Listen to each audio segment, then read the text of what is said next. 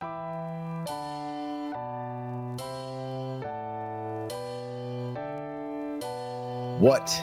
is good? We're in. Welcome in to the FFD Fantasy Channel Redraft Edition. I'm Casey.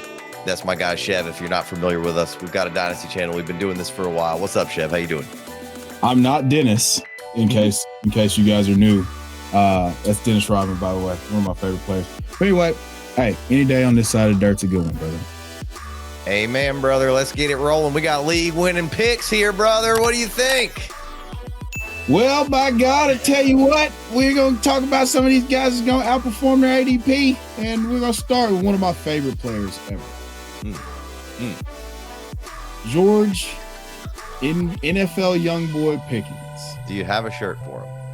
I do not have a shirt. All right. Because I thought maybe, it wouldn't happen, and I don't want to be just the random guy with a George Pickens shirt like 10 years from now. But now I think you could make one that just says George, like this Dennis one, and then get that draft day picture where he's standing in front of the TV. That's a good call. That's a good call. Actually. All right. Be available on the store. Yeah. We're going to have, but it's going to be my face on the dude standing in front of the TV. No, George Pickens, though, is tailor-made for the role that he finds himself in Dallas. And to me, we've been kind of betting on the talent to overcome a terrible passing offense since his entry into the NFL. How different are we looking if he goes to someone who can actually throw forward passes well? Yeah, we're talking about George Pickens. Like, looking at player profilers, third in receiving EPX, explosive plays generated. He's been a big play machine, and we couldn't bet on the volume. He was the most unlucky player in the NFL in terms of penalty yardage called back, touchdowns called back. I think he had like 150 yards and 3 touchdowns and penalties that nullified catches, and that all lends to fantasy production. This is stuff that actually happened that didn't count because of penalties. So now he goes to a high volume offense. The last time that Dak played 17 games with Brian Schottenheimer as the offensive coordinator, he threw 590 passes. George Pickens has never, ever played in an offense that threw the ball 590 times, and they have a role that's tailor-made for him. Yeah. So this is a pick that you're going boom. It's boom or bust. I don't think it's but also he's in line to see the most targets he's ever seen. So we're getting a bump in volume for a volatile player that he could ascend to 15, 16, 17 points a game just off the fact that he's one of those guys that can make a play and he makes your week. He can score a 60-yard touchdown. He can score, he can have 4 catches for 100 yards and just, he's creating after the catch or making ridiculous contested catches down the field. So he's best at one thing. It's deep down the field, outside the numbers, more than 15 yards down the field. And he's going to have that opportunity to operate in one-on-one coverage almost exclusively because he's playing next to CeeDee Lamb. So, I talked a lot about George Pickens, but I can't tell you enough how excited I am to have the opportunity to pick him here in the 5th round. Yeah, no, I like this first selection of potential league winners because that's kind of what it is. And it's always been George versus George. And that's kind of a big part of the Pickens saga. Can he get out of his own way? Now, if things are going half decent, at least offensively in Dallas, he probably gets out of his own way because he's getting reasonably fed, if not really fed some weeks, right? Yeah. And I think there's a solid, should be a solid floor here, and then a really explosive ceiling, I think, for Pickens. We could think back to the days of Michael Gallup, kind of, ideal usage for Pickens, right? Bigger, more explosive player than Michael Gallup was, who was good in his own right until he got injured, right? Now he's back actually in the league. Good to see him back. But, and Dak takes a lot of flack, right? But solid quarterback. And they're most likely not changing a whole lot of what they did on offense because Brian Schottenheimer, like you mentioned, takes over on offense or takes over as the head coach, but was the OC and has been around there. So I think stylistically, I don't think a whole lot changes. So not a whole lot to worry about there. And I think Dak, CeeDee, and George are an awesome threesome there. And then you sprinkle a little of the tight end Ferguson kind of throughout the middle there. And I think you have an offense that can certainly score some points week in, week out. I don't think they're going to have too much of a hard time figuring it out. So I love that idea of George Pickens. Beautiful. Yeah. I was so happy when he got traded because, I mean, I did not want any parts of the Steelers offense. And now he gets traded to a high volume passing attack with number one wide receiver who's just, I mean, he had 180 targets. He's still going to be around 160 to 170 targets. And teams are going to be focused on stopping CeeDee Lamb. Or if they if they're going to double George Pickens or cloud the coverage his way, then you're leaving CeeDee Lamb one-on-one. Like, what are we doing? You're putting defenses in a bind. Right. It's just on the Cowboys to actually execute this, which the regular season is going to be awesome. But, I mean, we know how it goes when it gets to the playoffs. Yeah. All right. Let's drop over to the next one. Now, we had another one planned. I'm going to do a quick drive-by on this one because I wanted to squeeze him in here. I'm going Chris Olave. I know you probably disagree, Chev. I don't. To me, there's deep threat and big playability, and there's also volume play here. When he's played, the season, he's gone over 1,000 yards. He's had around a 23 to 25% market share. I think Kellen Moore's a good offensive coach and gets his weapons in good positions. And now we might have some junk quarterback play potentially, but I mean, we've seen junk quarterback play be great for Malik Neighbors. We've seen junk quarterback play be great for Brian Thomas. So it might not be the sexiest thing in the world, but if we can get the market share good enough, then all that can be null and void, right? So I think Chris Olave has a lot of being in the sixth round here, 601, has some potential here to be a really nice selection for you and potentially win you weeks and therefore help you win the league. So I don't want to spend a whole lot of time on it. We can keep it moving. The only thing I wanted to add there is just that we've seen Kellen Moore design some of the CeeDee Lamb's big breakout was with Kellen Moore a couple years ago. Keenan Allen's career year with the Chargers where he played 13 games, had 1,200 yards, that was with Kellen Moore. So you can create a path. Then came over and fixed the Eagles offense to a Super Bowl level. Obviously, they added Saquon. That's a huge deal. And he has A.J. Brown and Devonta Smith. But I thought he played both of those guys really well with their roles and conducted himself really well as another offensive coordinating stop.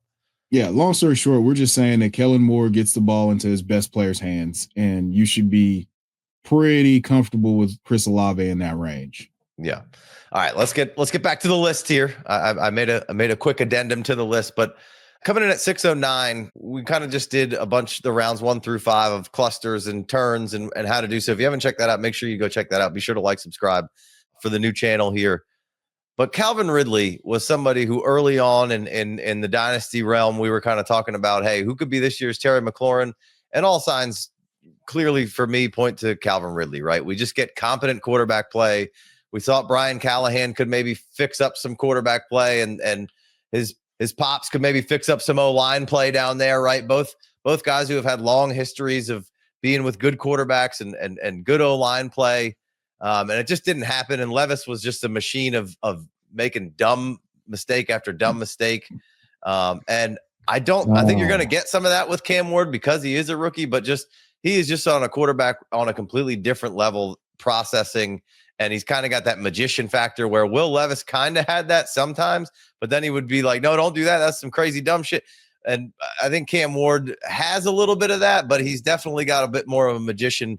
And now if you can ad-lib a little longer and get the ball accurately to where it needs to go, I think Calvin Ridley's going to have a great target share and have games where he just explodes and can ad-lib with Cam Ward. So I love the Calvin Ridley pick. I can't get enough of it, whether it's best ball, redraft. I think there's just a big path to a nice target share and, really leveling up his fantasy production from where it was last year. Hey, real quick, if you're not in the free Discord channel, what are you doing? Come mock it up, because the F ain't for fuck it up. Yeah, Will Levis is the magician that uses power tools and cuts his own fucking hand off. That's the type of magician that he was. It's like, look at this, kids, and it cuts his fucking hand off. So, yeah, and if you're a woodworker of any sort, they have things for that. It's called saw stop. That if your fingers get close, the blade breaks, and you don't cut your fingers off. But Brian Callahan couldn't be the saw stop for Will No, Levis. nobody year, could be it just didn't work. the soft stop for the Mayo meme master. And now I just being free of him feels so good. And now that brings me to Calvin Ridley here. So Calvin Ridley, number one in unrealized air yards, was I think 10th in explosive plays amongst wide receivers, catches of 20 plus yards last year. And now we get a guy in Cam Ward who can deliver the ball at all levels of the field. But we're going to get accurate targets for Calvin Ridley. There you go. For the first time. Accuracy. For the first time since Matt Ryan in Atlanta. So we had Trevor Lawrence. That didn't go well. Plus, they missed on a bunch of deep shots that would have made Calvin Ridley's fantasy year way, way, way better. Then last year in Tennessee, it's just kind of, he had an 8-target game where literally none of them were catchable. I went back and watched it myself because I was like, there's no way. It's not possible. But it's the Colts game, the first time that they played. Look that up if you don't believe me. So Calvin Ridley here, we always look for, last year people were whispering about Terry McLaurin getting, potentially having a breakout campaign with Jaden Daniels having solidified quarterback play. And now the trend, once is an accident, twice is a trend. So now everybody's hopping on the trend. Hey, let's get with a rookie quarterback that's got a talented pass catcher that just needs solidified quarterback play. We'll be in a good spot. So with Calvin Ridley here, I have less questions about him as a player right now than I do with Jerry Jeudy and who's going to be throwing him passes. I personally am a Jalen Waddle denier, so he's just out of the question for me. And then Aaron Jones, I don't know how much of his 300 touch campaign from 2024 he's going to assume again with Jordan Mason now, being traded for and being paid $15 million. So yeah, Calvin Ridley is the pick here. It's a smash for me. I think that he could very easily give us a 1,300 yard, 8-9 touchdown season with Cam Ward coming in town and just giving him the opportunity to catch the ball inbounds. Yeah. I like it. All right, let's shift gears. Let's go over to Chicago. Got a new regime. DeAndre Swift's coming in here at the end of the 6th round, early 7th round, right? And it could be a bust. It certainly could be. But this whole scheme of what Ben Johnson likes to do was all predicated around how good that run game could be for them, right? And I'm not saying that's what Chicago is going to be, and they don't quite have that two-headed monster necessarily figured out right now, but DeAndre Swift should start the year off as 1AA for them and have a big opportunity to really be a solid, integral part of this offense week in, week out, as long as he could not do anything stupid and do what he's supposed to do. And they've kind of revamped this offensive line. They've made good strides. I don't know if it'll work or not, but that's obviously a huge cog in the Ben Johnson machine from back in Detroit, right? So they're trying to kind of replicate that a little bit. But DeAndre Swift coming in at in the 7th round, to be able to draft DeAndre Swift or the end of the 6th, and what the cost is to what it could be and pay off, I think I wanted to at least not skip over it and talk about it a little bit, because I think some people are out, and I'm like, I don't know, man. It's redraft. I'm gonna go ahead and click that button and see if I can't catch lightning in a bottle here on year 1 of Ben Johnson with the Bears before he figures out the running back position to exactly where he wants it. We went into the Dynasty season. You remember I asked you a question, like, what do you think the odds are that the Bears select a running back? And we both were like, yeah, 85% feels really, really likely. But we're living in that 15% now. And with DeAndre Swift at the 6'12", I find it really difficult to find another guy who has a path to 300 touches. With an upgraded offensive line, with a quarterback that we think is going to take a massive step forward, that passing game is going to take a step forward. I was getting ready for the show. I was looking at the Bears offense in 2024, and they were 5th worst in total yards passing. They were 1st in sacks allowed, and they were the 8th worst rushing team on a total yardage accumulation basis. Now, I think all those things are going to be closer to middle of the pack. Obviously the sacks have to go down. They were 8 away from the record with Derek Carr. not Derek, David Carr, his older brother, former number 1 overall pick that went to the Texans. Old helmet head over there on NFL Live. The worst. I don't know who's doing that guy's hair, and we can't get some better gel and dye. Like he's gonna have that Rudy Giuliani running down his black dye and in the courtroom. You look ridiculous. Somebody's telling me he looks like an idiot. That's tough. But yeah, all makeup production issues aside, Caleb Williams was in it. Ironically enough, he paints his nails. That's hilarious. But cosmetics aside, we got some help on the way with the offensive line. We got Ben Johnson in tow. We got a workload that we perceive to be, just him having a stranglehold on the backfield. Now we got to make sure that we're made right on that. But all of those things give me confidence in DeAndre Swift here. And in this range, like there's the least amount of questions about a guy, right? Yeah. Yeah. No, I really like the range where I can select DeAndre Swift and what the outcome could potentially be. And that's to me kind of a quintessential league winner. All right, let's keep it moving. To me, we talked about it in the last show a little bit.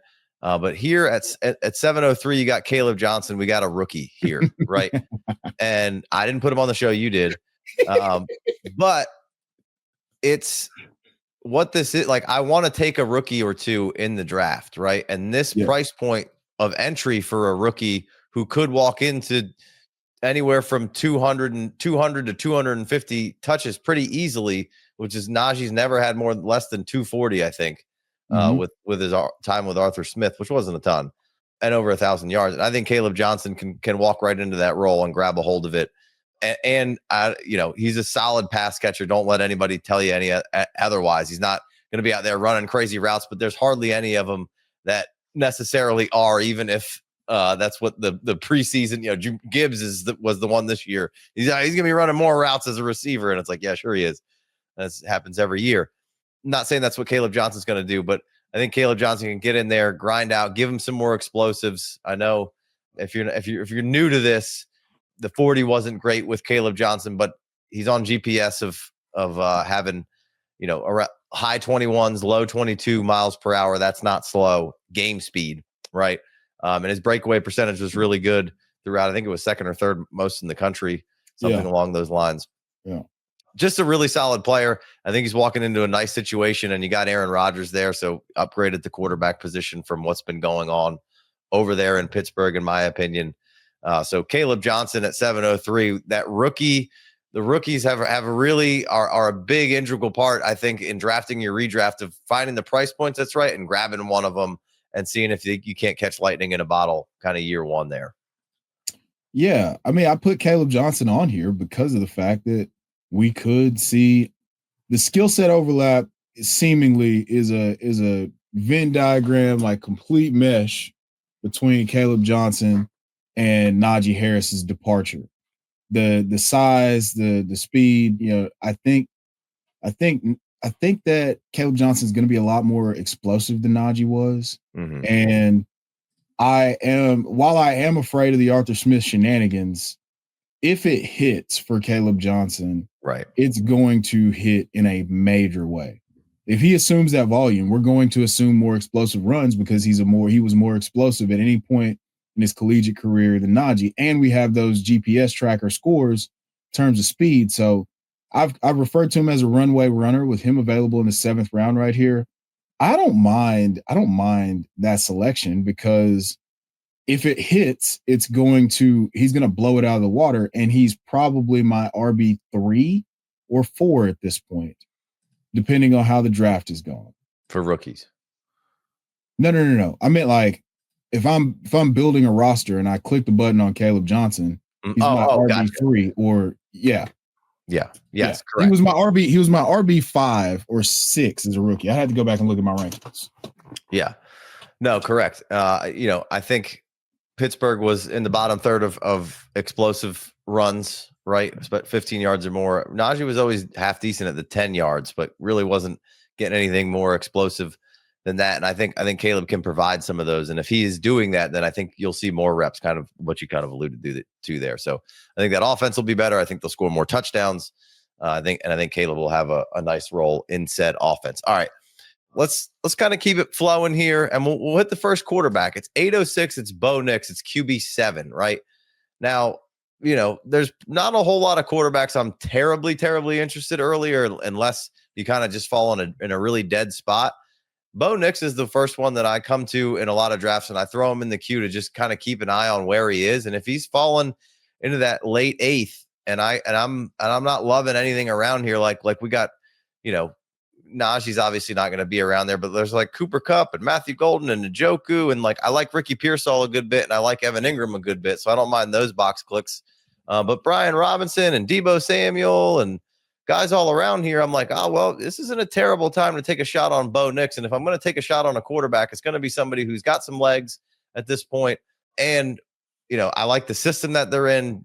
Him and Sean Payton mesh really well. Death of 1,000 paper cuts, take a shot. Run around, check it down, take a shot, right? And that's what they're going to do. They've got the playmakers in place. You saw that kind of developing with Mims a little bit at the end of the season, getting some shots in. Sutton's rock solid. They bring in Pat Davis. We'll see if Troy Franklin can, and then they bring in Evan Ingram, who can mop up middle of the field targets, right? Davis, Pat Bryant, and Troy Franklin. Sorry, I was like, and they still have Bailey. So then you're adding an upgrade at the running back position, I think, to RJ Harvey there coming in. So I like everything that's going on in Denver, and Bo Nix is at the helm of it. I think everything that's happened, he's going to be the big beneficiary of. And again, has the legs built in. And we're talking about the 8th round. You could hit a kind of a dead spot, and that's where I'd be like, all right, yeah, I'll jump on the Bo Nix grenade here and grab my first quarterback. Right. And so it's with Bo Nix, you hit the nail on the head. He's got the rushing upside. He had 90 carries for 430 yards and 4 touchdowns. I think that's going to be sticky. They're going to be able to run the ball a little bit better. I think they were number 1 in run block success rate last year as an offensive line. The Broncos were, but they're going to be able to run the ball. But it's going to, even if it reduces a bit, he's still giving you between 300 to 400 yards with his legs because he is mobile and he's going to scramble. And I feel like he's going to take a step forward. Whereas the next pick, Baker Mayfield, like you're selecting him. Well, I mean, outside of where he finished last year. So it's still a value on what he represents. But I still feel like there's a safer floor potentially with Bo Nix. Mm-hmm. Because of the rush. Right. And the passing could take another step forward. It certainly could. The system could evolve, could be a sophomore slump. Who knows? But, at the end of the day, sort of, it also can come down to if this is 4 or 6 point passing touchdown, 4, you're obviously valuing the legs a lot more. 6, maybe Baker could get a little bit of a bump there for me with 6 point passing touchdown, but I still think Bo Nix could throw a lot of touchdowns this year and run for some. So yeah, I still like the Bo Nix, kind of in most formats there. So that was just wanted to kind of touch on the quarterback and why I like that and why that I think that's signifies a spot where there could be a little bit of a dead zone in the players that I like. And I think there's league winning upside with Bo Nix kind of in the 8th round. So moving right along here, we got another rookie. And I think this ADP will probably change a little bit as we go on and as we're drafting, because we just got Chris Godwin news, which if you've been following along, you kind of knew this might be where we're at. But Chris Godwin not practicing, no timetable, we don't really know. So Emeka Egbuka, somebody who got to be really interesting right now. We talked about the rookies and how I like to have one, and he could be one who maybe starts the season off, gets a little bit of run, then maybe you don't see anything from him for a minute because maybe Godwin comes back in the rotation. But then between everybody on there, if there's any other injuries or now Egbuka's kind of established a role, he stays on the field. He's a very interesting play here. Like I wouldn't be too interested in him if the ADP continues to climb a terrible amount more. Kind of pricing that mid 9 right now. I'm interested in what could be. And when you talk about a league winner, this is all those things encompassed into one with Emeka Egbuka, right? If you're looking for more FFD, sign up for a Patreon or YouTube membership and get access to the ADP, Dynasty rankings, the rookie draft kit, and extra shows every week. Man, I tell you what. So we were high on Emeka Egbuka on the Dynasty channel. We remained high on him, on the Dynasty channel because this was an offense with such a high ceiling that we felt like if he was going to get on the field, he's going to outproduce where his draft capital was in the rookie drafts and where his draft capital is right now. In the 9th round, you're getting a guy who could step into. Now, Jalen McMillan does play more of that flanker Z, but if you want to just put a guy in a role, Emeka Egbuka is perfect in the slot.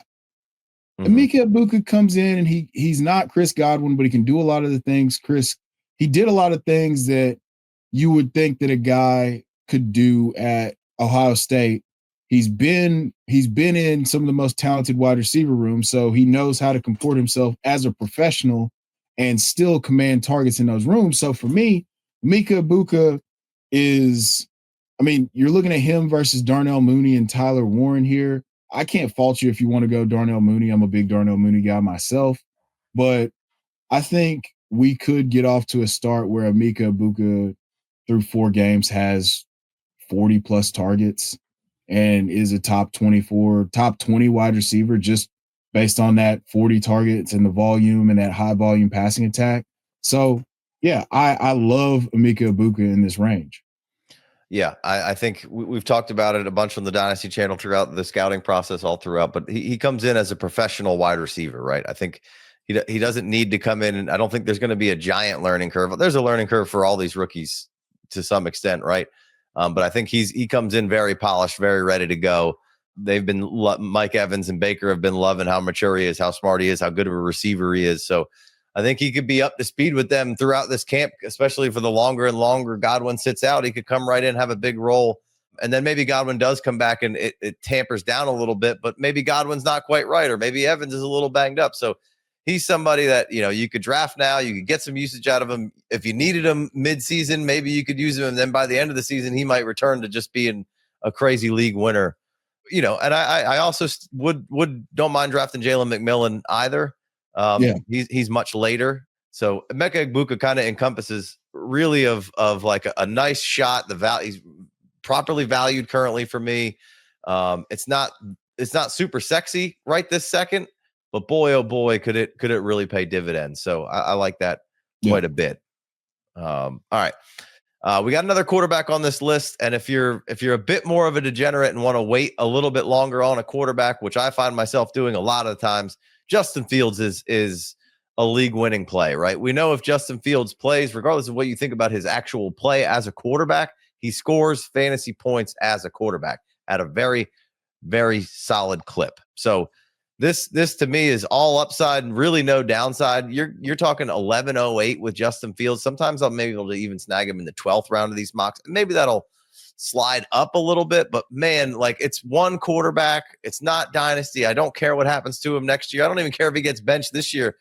Even if he's playing quote unquote poorly, he's still probably scoring he's probably still QB1 points in your lineup. He may get benched. It's one quarterback. I'll go find another one, or I'll draft another one super late here and stick him on my bench just in case. But Justin Fields, to me, again, really encompassing league winning upside on the quarterback points per game basis.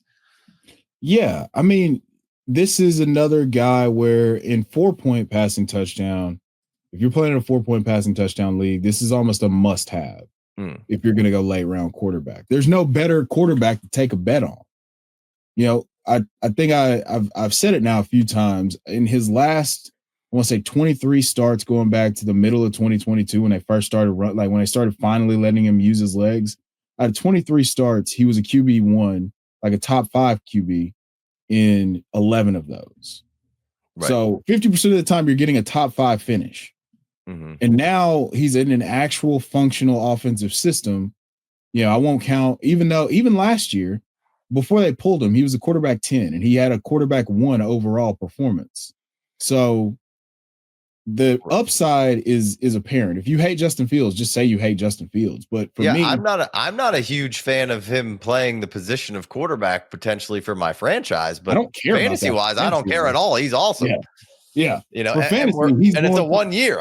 There's no risk for me here. Yeah. This is a hey, I'm just gonna get a lottery ticket. And if he plays well, then you're getting Yeah, he's QB10 in our ADP. He's going to be top 5. Yeah. At worst, he gives you QB10 back. Right. If he's just healthy and on the field. Furthermore, the leash is going to be a lot longer for benchings and all those other things because this team brought him in, paid him, and they're kind of helping him reestablish a culture of kind of what's going on, regardless of how the quarterback play necessarily goes through year one. He's most likely playing all season. I don't think I don't think they're benching him. He might not be their guy next year unless he gets hurt or something.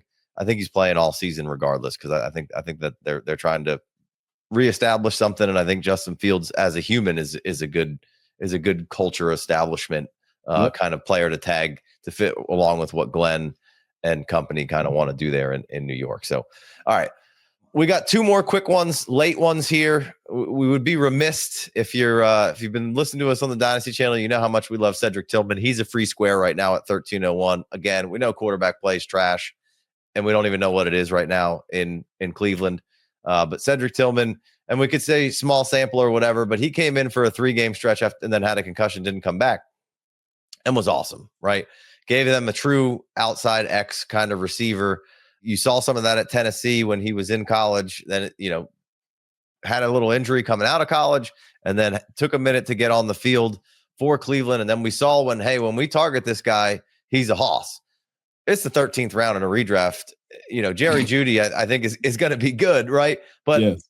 What a shot to take at a guy who could be and has a profile to be a number 1 X receiver in this league. Yes. And I don't know who's going to be throwing to him, but I don't really care. Like there shouldn't be a huge fight. We'll see what Deontay Johnson can do for the Cleveland Browns right now, but I'm expecting it to be more of a Tillman and Jeudy show and Joku. And again, we don't know if a quarterback can facilitate all 3 of those guys week in, week out. But in the 13th round, you can put them on your team and see how it starts for the first 3 or 4 weeks. Yeah, that's the thing. If we get some semblance of his usage post Amari Cooper trade, this is a steal. So everybody remembers that Jerry Jeudy broke out in the Saints game. The Saints game was Jerry Jeudy's first breakout game. He scored the 89-yard touchdown or whatever it was. And then from that point forward, Cedric Tillman still had 8 targets that game. He had 4 targets in the game where he got concussed and didn't come back for the rest of the season. Yeah. So we're talking about a guy who the offense, it's the same. I know they fired Van Pelt, but the head coach is still the same. They're coming back in with him as a firm part of their plans. Deontay Johnson's playing in the slot. Jerry Jeudy moved out to Z, and he's kind of off the line of scrimmage and playing more as like a flanker and drawing more man coverage. So being able to line a guy up and say, hey, our guy's better than you, and he's going to go win. Cedric Tillman is the guy that represents that on the roster, and you get him in the 13th round. And so I couldn't be more excited about that guy. Yeah. And mentioning that Alex Van Pelt got fired, I believe that was the OC that you mentioned. And we know the system was kind of brought to you. He kind of gave it up for a minute, but the system was brought to you by the head coach, Stefanski, right? Correct. And they've mentioned wanting to go back to their roots, which was more 12 in nature, which is a bigger set, right? Which means there's only 2 wide receivers on the field for them, if you're not familiar with that.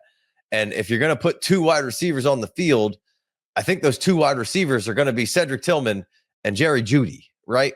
And if that's going to be a set that you're in more than league average, which I have a paper here. Actually, I don't have it in front of me right this second, but maybe, they might be a 50% 11 team and a really high 12 team would be 1 second, please.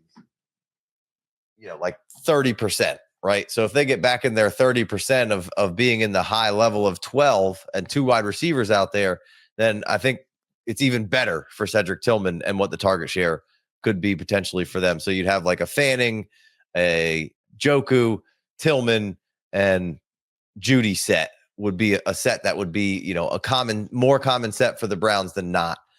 Easy. Potentially. So that's another reason, getting in the weeds there a little bit for some of you redraft people of kind of, I don't mean to be belittling anybody, but I'm just trying to explain the offense. Redraft peons. Yeah. So both me and Chev, big Tillman guys, and we love that big Tillman energy. So last but not least, we're going to go with the combination of Jerome Ford and Dylan Sampson, right? If you can get one or the other late, we're obviously monitoring the Judkins stuff. And, again, for the redraft crowd who maybe isn't quite up on every piece of news and notes and information that goes down like some of the Dynasty D-Gens are, we don't really know what that's going to be. Could be full game, 4 games, could be 6, could be 12, could be a whole season for Judkins. He's slated to be their guy. And now, Ford has been good as a running back. He has been productive. Last year wasn't awesome for him, but the year before that, he was really productive. And Sampson's another rookie who both of us really like coming out of Tennessee. But take a shot on either one or both late, and there's a whole lot of upside there. Yeah. I think you could do very well to make your last 2 picks, Jerome Ford and Dylan Sampson. If they're going back to more of Stefanski's roots, they're going to be a much more run heavy operation. And Jerome Ford, for whatever reason, he has a penchant for scoring long touchdowns. Yeah. So he's more of a boom bust. But that's kind of what you want at the end of your bench. You want a guy that you're not going to cut, that you can start during bye weeks, that can give you a random 15 or 16 point performance. And Jerome Ford's done that on a few occasions. So I don't mind that with my last pick at all.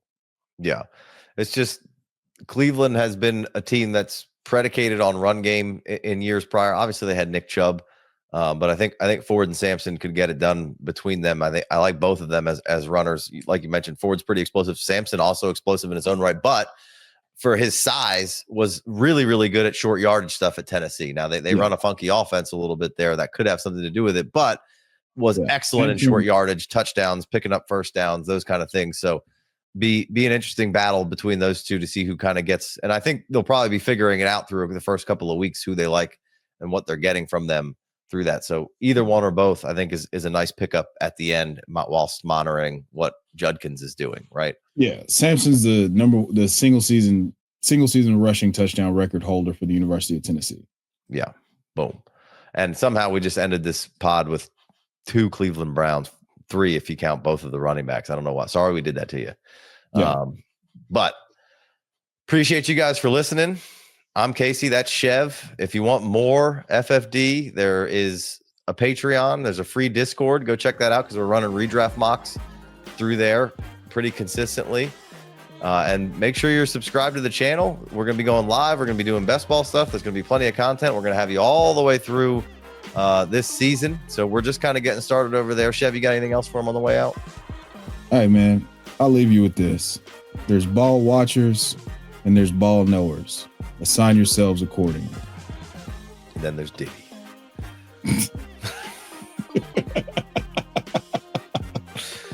All right. Peace.